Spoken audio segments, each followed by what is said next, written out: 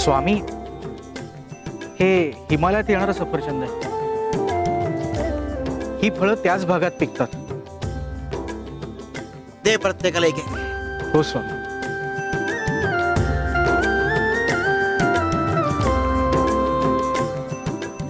बाळप्पा भाऊ, मलाही द्या.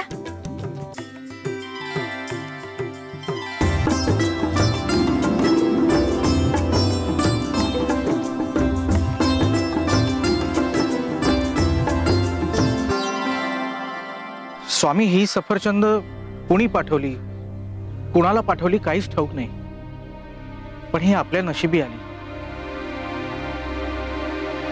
नियत साफ ठेवा आणि स्वीकारायची तयारी ठेवा. कुणाचं तरी नशीब कुणाच्या तरी वाट्याला येतच. मग कुणाच्या तरी इच्छा, आकांक्षा, स्वप्नही वाट्याला येतात.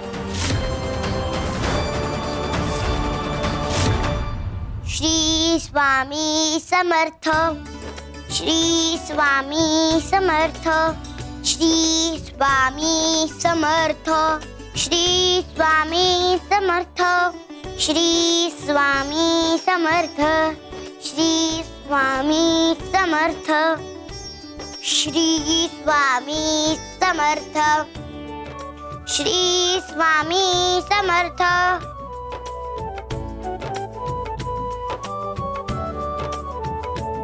कौशिकी, आपल्या यमुला बघितलं ना की कितीदा तरी मला आपल्या यशोदाताईची आठवण येते. तिलाही असंच स्वामींचं वेड होतं. ती अशीच स्वामींची भक्ती करायची, भक्तीमध्ये रमलेली असायची, निस्वार्थ. हो ना, मला पण तसंच वाटलं. आई बाबा गेले तेव्हा खूप लहान होतो ग मी, पण ताईने माझा आईसारखा सांभाळ केला. मला पोटभर अन्न खायला दिलं. तिने स्वतःच्या स्वप्नांना बाजूला ठेवलं आणि माझी स्वप्न पूर्ण केली. ताई नसती तर मी आज इथपर्यंत पोहोचलोच नसतो. हो ना, ताईंचे तुमच्यावर खूप उपकार आहेत. खरं सांगायचं तर ताईमुळेच आज आपलं घर उभं आहे. ती नसती तर आज आपल्या आयुष्याचं काय झालं असतं काय माहिती.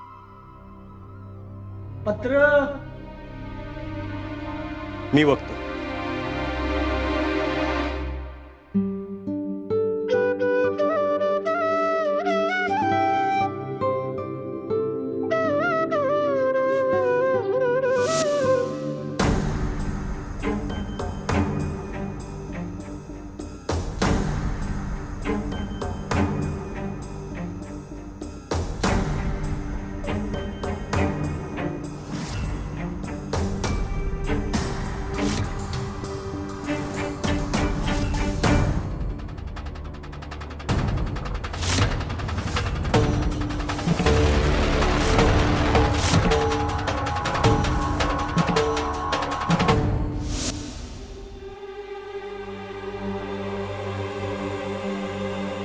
कुणाचं पत्र आहे? दादाचं पत्र आलंय अक्कलकोटवरून. काय लिहिलंय? यशोदाताईचं श्राद्ध आहे. ती गेल्यापासून मी तिथे गेलो नाही.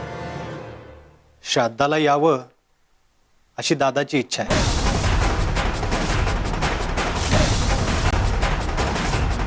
काय हो, कसला विचार करताय?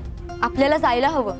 कौशिकी, गेली 9 वर्ष मी गावात पाय ठेवला नाही, कारण मनातलं दुःख मी आवरू शकत नाही. ताई ज्या दिवशी आपल्याला सोडून गेली तो माझ्या आयुष्यातला मोठा धक्का होता.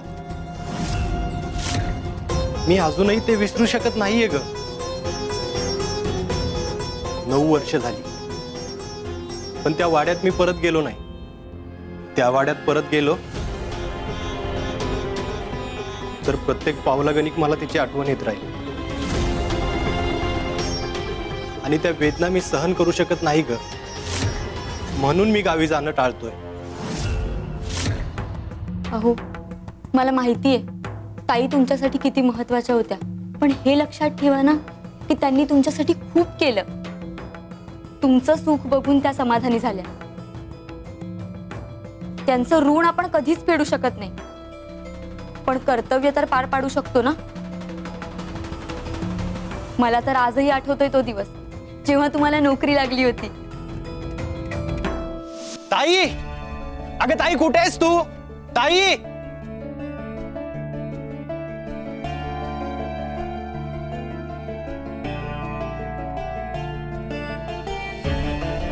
हे काय? तोरण, रांगोळी? ही सगळी तयारी यशोदाताईंनीच केली आहे. वाटलंच मला, पण ताई कुठे आहे?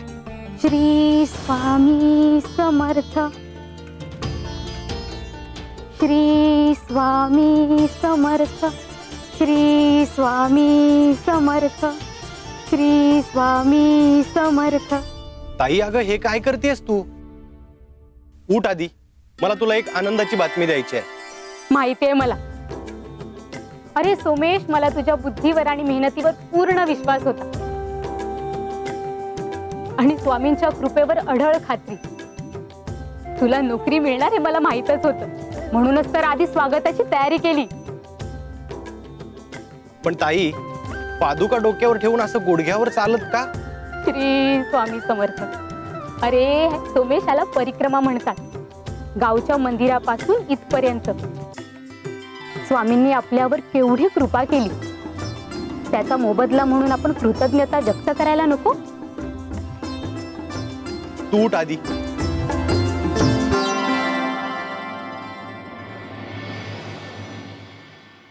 ताई, मी तुझे हे उपकार आयुष्यभर फेडू शकणार नाही. सोमेश, ताई उपकार करत नाही, माया करते. अरे तुझं आयुष्य मार्गी लावणं हेच माझं ध्येय, आणि आता ते ध्येय पूर्ण होईल. पुढचं काम तुझं आहे, दत्ताजीचं आयुष्य मार्गी लावणं. ते झालं की मग मी गुरुस्थानाच्या परिक्रमेला जायला मोकळी. मग मी माझं उरलेलं आयुष्य स्वामींच्या सेवेत अर्पण करणार.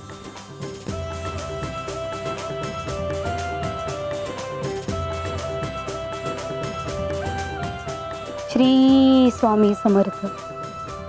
ताई, तुझ्याशिवाय मी काहीच नाही. ताई, 9 वर्ष झाली आमचं आयुष्य तू मार्गी लावून गेलीस, पण असं सोडून जायला नको होतंस ग तू. प्रत्येक दिवशी, प्रत्येक क्षणी तुझी आठवण येते, तुझी कमी जाणवते ग. अहो, ताई आपल्याला सोडून गेल्यात खरं, पण त्यांचा आशीर्वाद सदैव आपल्या सोबत आहे. म्हणूनच तर आयुष्य निभावून चाललंय. आता सांगा, आपण अक्कलकोटला आपल्या गावी जायचं की नाही? बाबा, आपण आत्याच्या गावाला जायचं.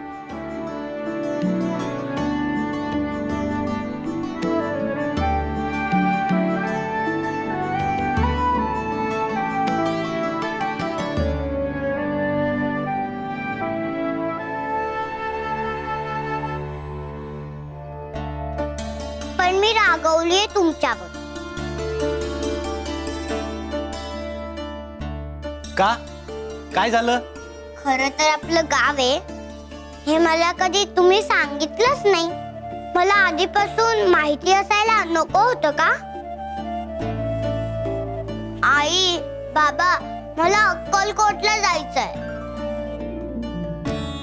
मला माझं गाव बघायचंय आणि तिथे स्वामी आजोबा पण आहेत ना. मग आपण स्वामी आजोबांच्या दर्शनालाही जायचं. अहो, यमू बरोबर बोलते. ताईचं श्राद्ध आहे, तिचे ऋण फेडायची वेळ आलीये. बाबा, स्वामी आजोबांनी सांगितलं तर नक्की याल ना?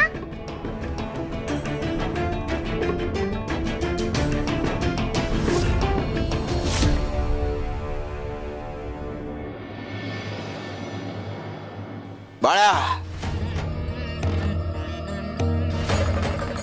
स्वामी अहो, मी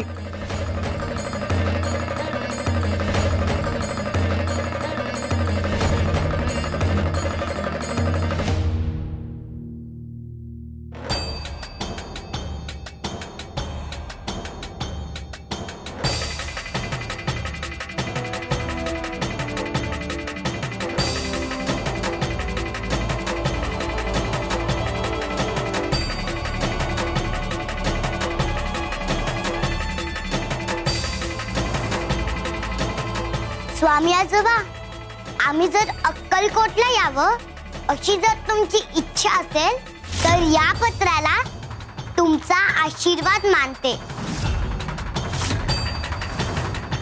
हे पत्र जर पादुकांवर स्थिर राहिलं तर मी समजेल की तुम्ही आम्हाला बोलवलं आहे. आणि जर वाऱ्याने उडून गेलं तर समजेल की तुमचा नकार आहे. स्वामी आजोबा, निर्णय तुमचा आहे. तुम्ही जो कौल द्याल तो आम्ही ऐकू.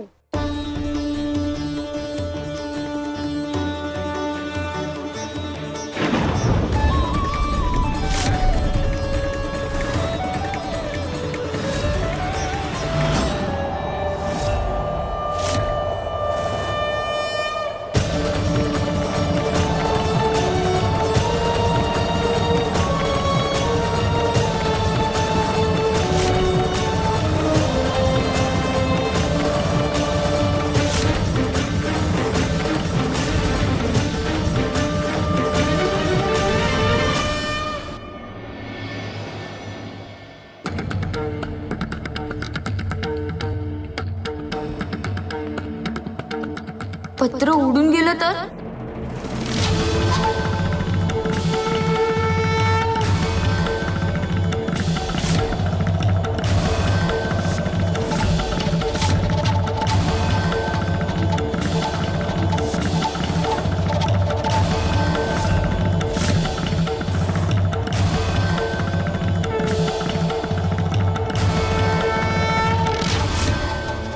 स्वामी आजोबा, हा तुमचा नकार समजावा का?